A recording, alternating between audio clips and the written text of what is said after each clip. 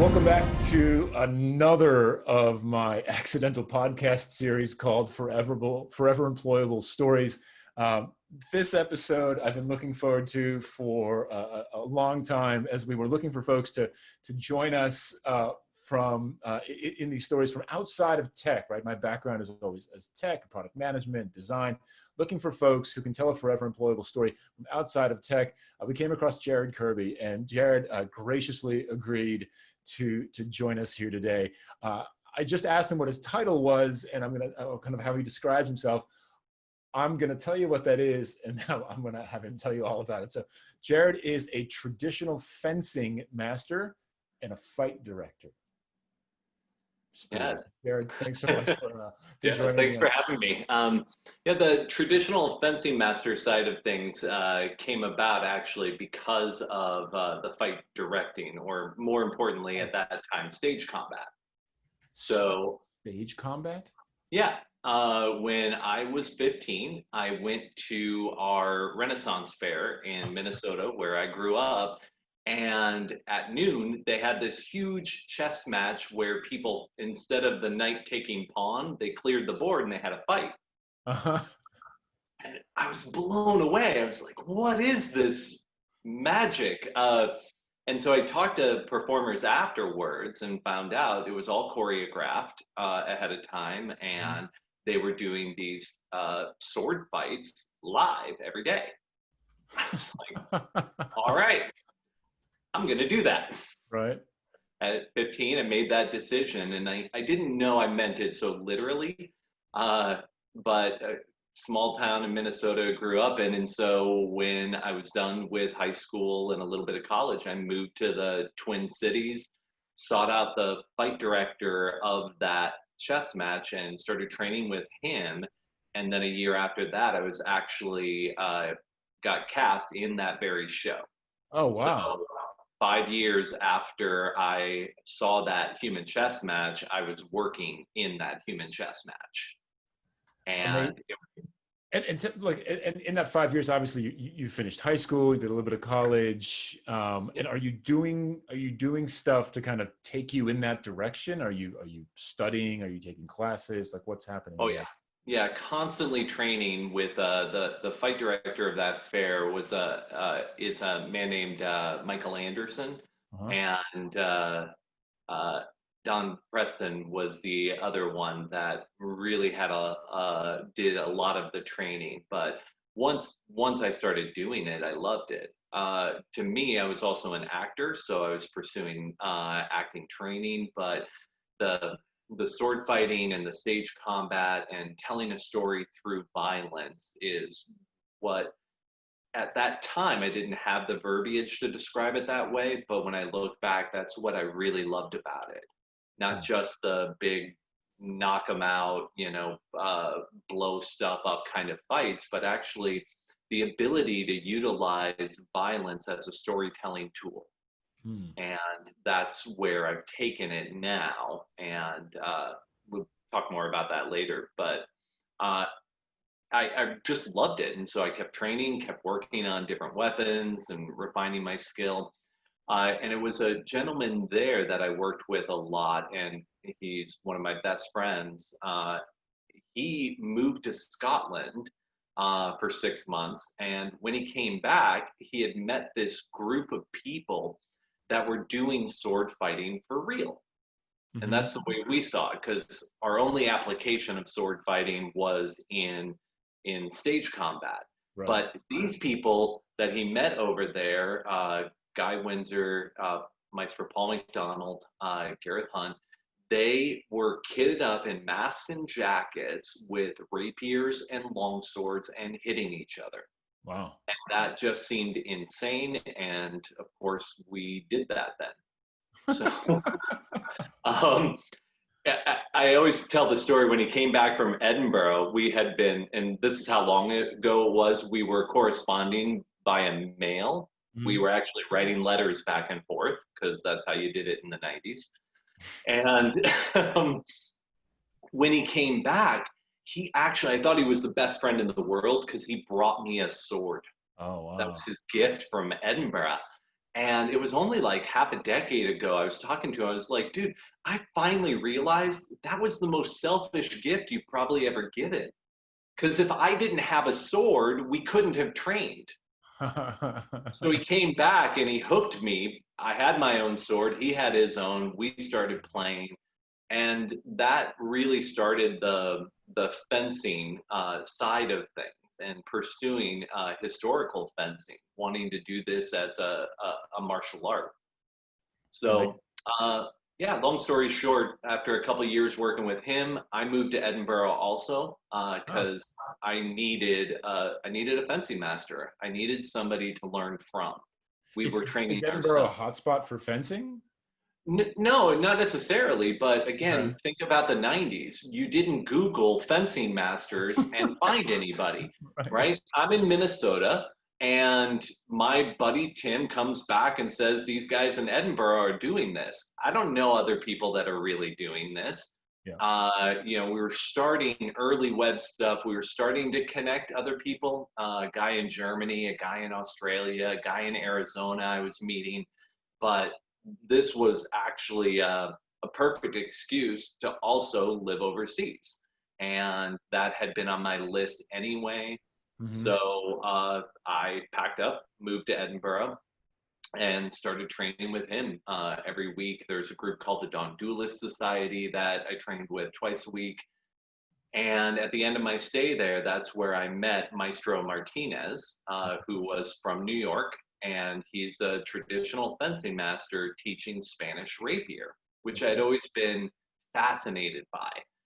So I took a 1.5 hour class with him at this seminar, and it sealed the deal. Like, I'd been thinking about moving to New York, maybe back to Minnesota. I didn't know exactly what to do, but this man was amazing. Spanish rapier was amazing. And I literally, at the end of that class, shook his hand and said, I'm going to move to New York and train with you. Um, Amazing. I'm sure he laughed afterwards. He was polite, not laughing to my face, but the joke's on him because He did. it was 5 months after that handshake. I was in his fencing academy. Right. That was over 20 years ago. Been there ever since, training, teaching, became a fencing master certified through him 4 years ago. Wow. Yeah, and that's the thing that hooked me with him is that it's a martial art, right? Uh-huh. I'd only ever seen fencing as a sport, the Olympic sport, but that's only 100 years old. Sport fencing. Right. We spent thousands of years killing each other with swords. There was that. Yeah. We developed complex martial arts systems in order to do that. Right. And that's the way that I teach sword work. Got it. And so say a bit more. So you today. So I mean, you're teaching sword fighting normally, right? That's kind of the main thing. But you've done a lot more than that. You've taken this knowledge and this expertise, and you've branched out far beyond just teaching people how to sword fight. What more have you Yeah. done? Well, in the fight directing side of things, what I was able to do, because I had these two passions that felt very opposite, right? Martial arts with swords and stage and screen combat. Mhm. The reality of fighting with a sword to defend yourself, studying it as a martial art, and complete pretend. And so, what I was able to do was take these what seems like opposites and really bring together the common denominators. And that helped both clarify my passions, but then let me see the symmetry between them and bring benefits of each into both. Got it. So, for example, having the martial arts knowledge of how to really use a rapier and then taking that to choreographed fight scenes Mhm. and choreographing from a martial foundation, it grounds the fight in a reality that no audience member understands cognitively, Right. but that's not our point. we're not engaging people's minds with theater and camera work. We're engaging their heart and their soul. And on a visceral level, every human understands that that looks more real. They'll never be able to tell you why, right? But they will watch a fight that I choreograph, and they'll know that that's based in reality, even when it's fantastical. Right. Right. So amazing. And so you're teaching fighting, you're teaching stage and screen, you're combining these two things. You're doing your own stunt work, correct? So yeah, stunts is its own category. So with the fight directing I do, that's like indie films and the theater, which New York is rich with. And then a few years back, I made a commitment to professional stunt work as well. With that, I'm much newer in that realm because it really is its own thing. So when I'm training people for stage and screen combat, I'm looking at actors and training them. It's almost an acting base, right? We talk about actable choices from the reality of how the human body reacts to dying or a gut wound, right? And then we pull out and extract the actable choices. So when I'm teaching or choreographing, that's the group that I'm working with. Stunts is its own thing. And so I feel very fortunate to have, once again, my story is always begins with an amazing teacher. If you're going to do something incredible, you need to have someone to teach you that, but also to help guide you. And I feel very fortunate. This stuntman in New York named Chaz Menendez, he started a stunt school, and it was actually somebody referred me there, and he got my head screwed on straight and started training there. Mostly at that time, I just wanted some place for me to train because I was doing a lot of teaching, a lot of choreographing. But I really loved what I was learning there, and so decided to pursue that as well. And if I saw correctly, you've also done a little bit of editing, a little bit of writing. Is that correct as well? Yeah, I actually I have 4 or 5 books out. Wow. Again, mostly though stuff nobody would want to read unless you're in this area. Like the first one, have you watched The Princess Bride? Of course. Okay, Of course. thank God we can still talk. Religion in my house. Yeah, we know it by heart. Yes. Awesome. So that you can find that Tybalt cancels Kappa Pharaoh. Well, Kappa Pharaoh was this. When I found out those were real fencing masters, that encouraged my historical research. And so my first book is a translation of Kappa Pharaoh's treatise from 1610 that I worked on with my fencing masters. Yeah. Amazing. Amazing. Yeah, it's great, but it's just dense. Reading historical fencing treatises are like, they're treatises. They're written for an educated audience. From the 17th century, no less. Yeah. So it's like picking up a medical journal. If you don't know the jargon, you're just going to be like, okay, cool. But then, I actually just submitted a manuscript for my next book, which is co-authored with a director friend of mine on staging Shakespeare's violence. And we're going through in a 2-volume set, we're covering all of not just the explicit violence that is clear in the script.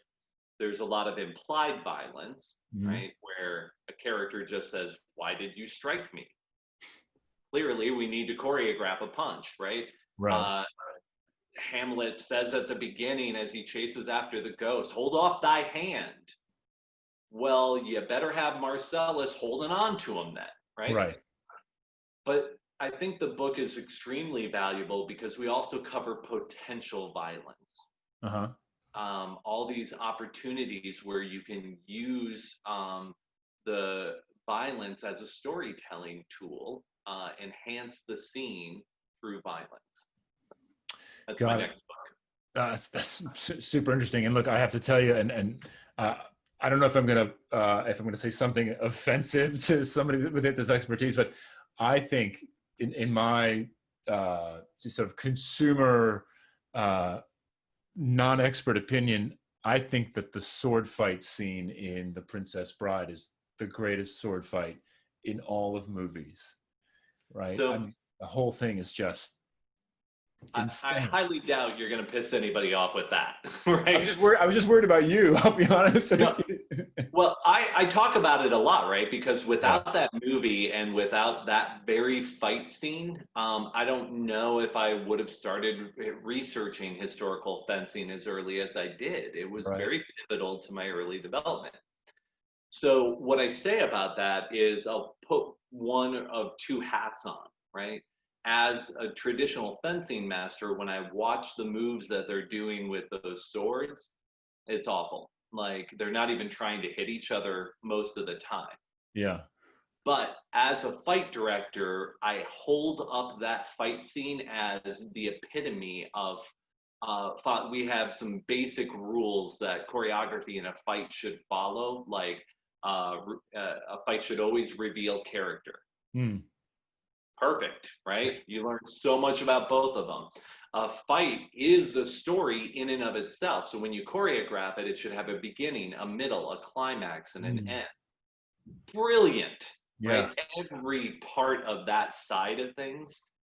And with what he's doing with what they know about sword fighting at that time, Yeah. great.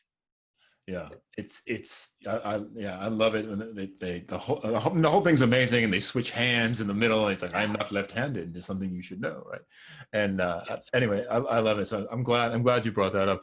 Um, in the book Forever Employable, I talk about some of the qualities that it takes to become forever employable, qualities like entrepreneurialism and continuous learning and improvement, self-confidence and reinvention.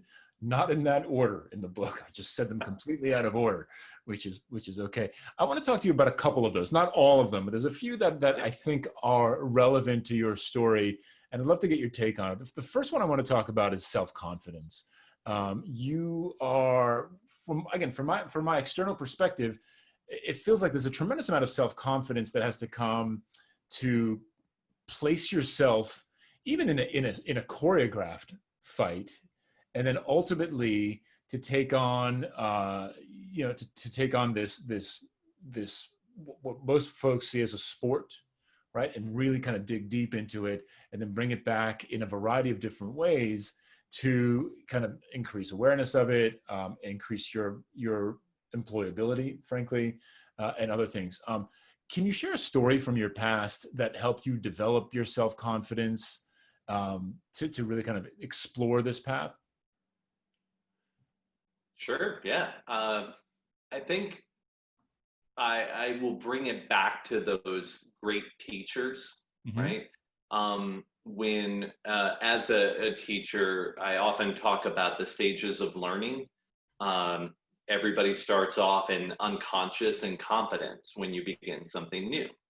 You just don't know how bad you are at it because you've never done it before. I And know. yeah, right. As the sooner you can move to conscious incompetence, Yeah. that's when you can start to grow. And it's also a level a lot of people have a hard time with because they don't want to recognize consciously how bad they are at it. Right. Then you move to conscious competence, and that's once your skills have developed, you can do everything, but you still have to think about it. Mm-hmm. And then ultimately, your goal is unconscious competence. Right. So you don't need to think about these things. And I think having a great teacher is necessary for that. I came to Maestro Martinez with a lot of illusions, a lot of my own thoughts about this. And my greatest growth came from shutting up and just doing the work. Mm. But you need a guide, you need a teacher to provide that path, and then you've got to walk it. And that's one of the things that is really difficult for people to fight that ego, and just shut up and do the work. Yeah. Now, when I say that, you also have to have a huge ego in order to do something like this. But I don't use ego in the way people think about it. I don't mean egotistical. I Yeah. mean the way that you think about yourself. You have to have a big ego. You have to care about yourself, and you have to be pursuing something for yourself. Right. I often tell people, part of why I do what I've done and I've built this career the way that I have is because I simply pursued my passions with zeal. Mm. And by doing that, I didn't think about making a career out of this. I just knew that I had to do this. And when I find something that I have to do, then I do it. I mean, this last book's a perfect example Yeah. where I talked to my co-author Seth Dewar, the artistic director of the York Shakespeare Company. I talked to him about it 10 years ago, Right. and it's a lot of work, and neither of us wanted to do it. And so I spent at least 5-6 years telling everybody that this book needed to be written, telling them to write it. Hey, you should do this, and nobody did it. So we finally sat down and we did the work. Yeah.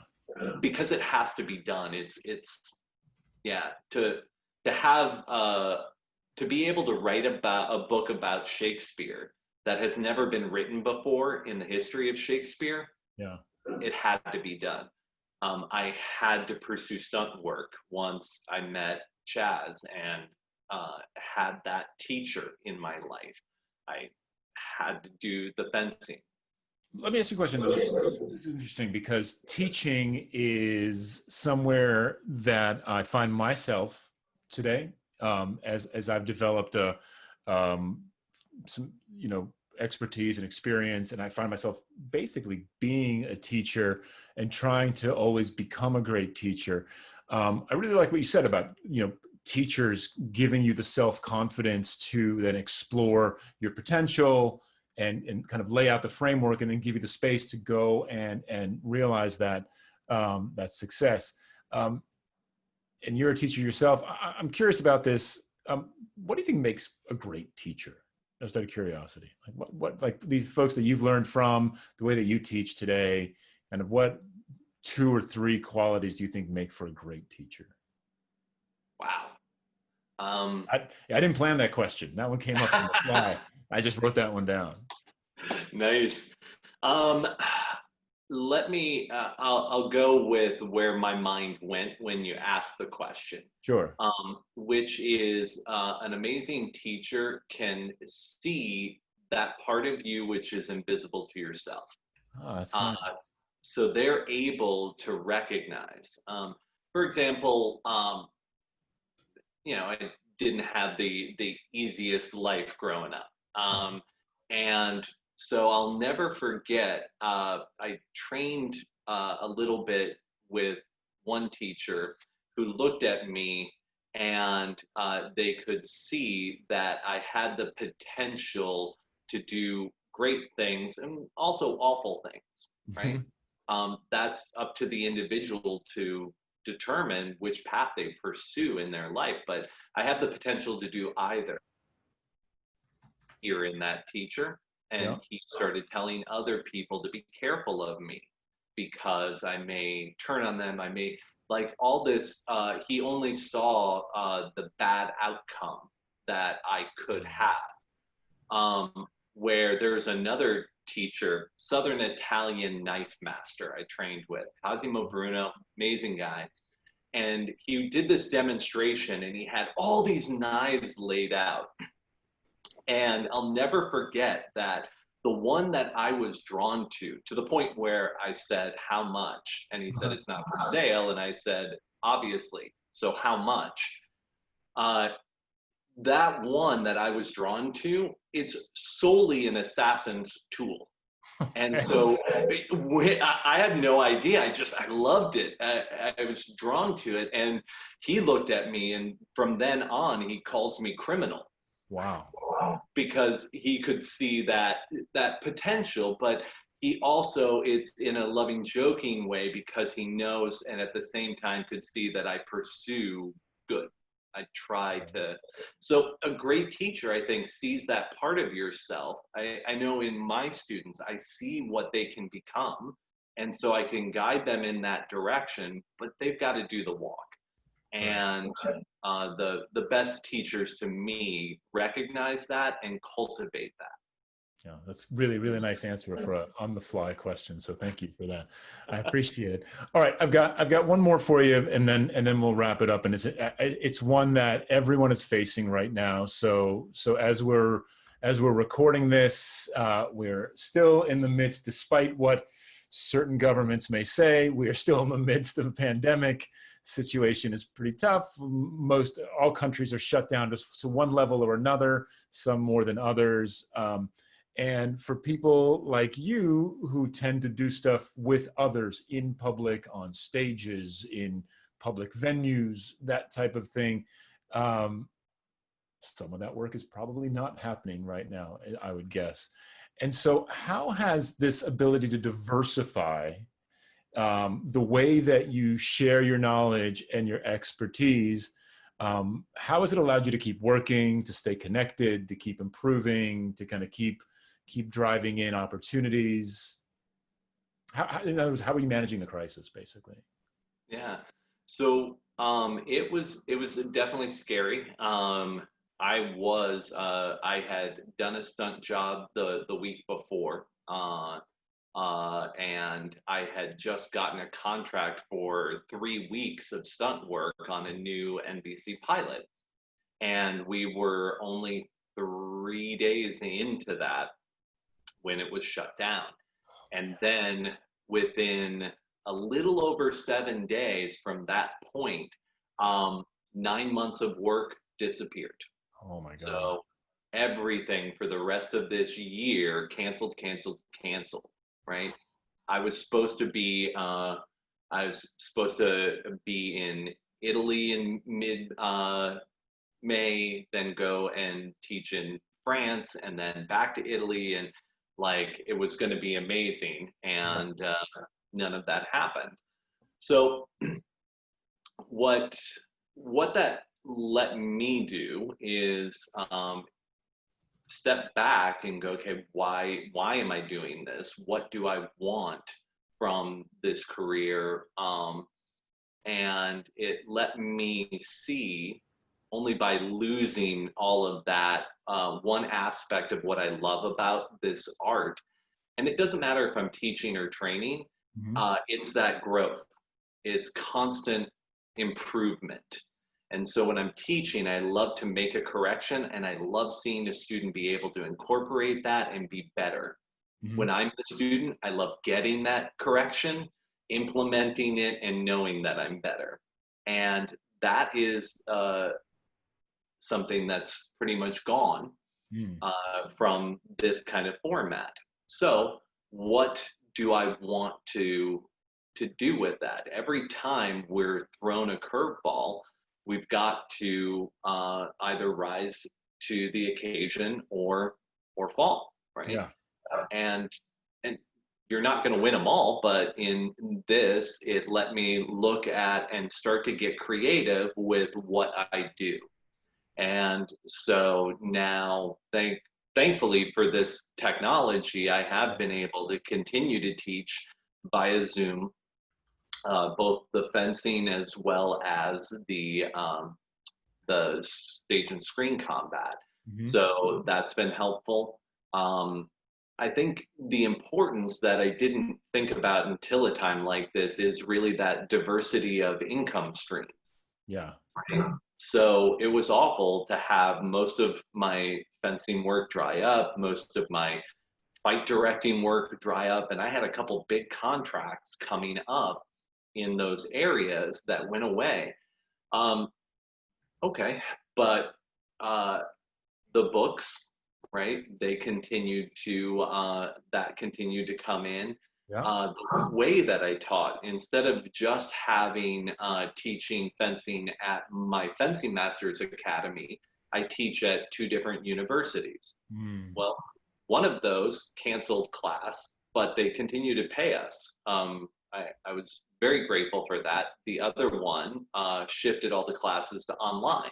So we managed that. So even the way that teaching happens, having diversity in that. So it wasn't all just my studio and my space closing up. That's where a lot of martial arts schools are at, a lot of acting schools are at. So that has really made it more manageable. And then in order to rise to the occasion, trying to think creatively and outside of the box about how to use this technology to do what I do. Yeah. Yeah, it's super interesting. One of the things we've been talking a lot about is taking the core value that you deliver, right? So what is the core thing that you do, and boiling it down and then figuring out how to use the channels that you have available to you today to deliver it in new ways. And it sounds like you're really thinking about that and doing some great work. So thank you for sharing. Jared, this was amazing. I've learned a ton, and I've got so many ideas that I want to go explore a bit further. So I appreciate you taking the time and sharing this with us. And best of luck with everything. And thank you. Thanks. It was great. Love to chat anytime.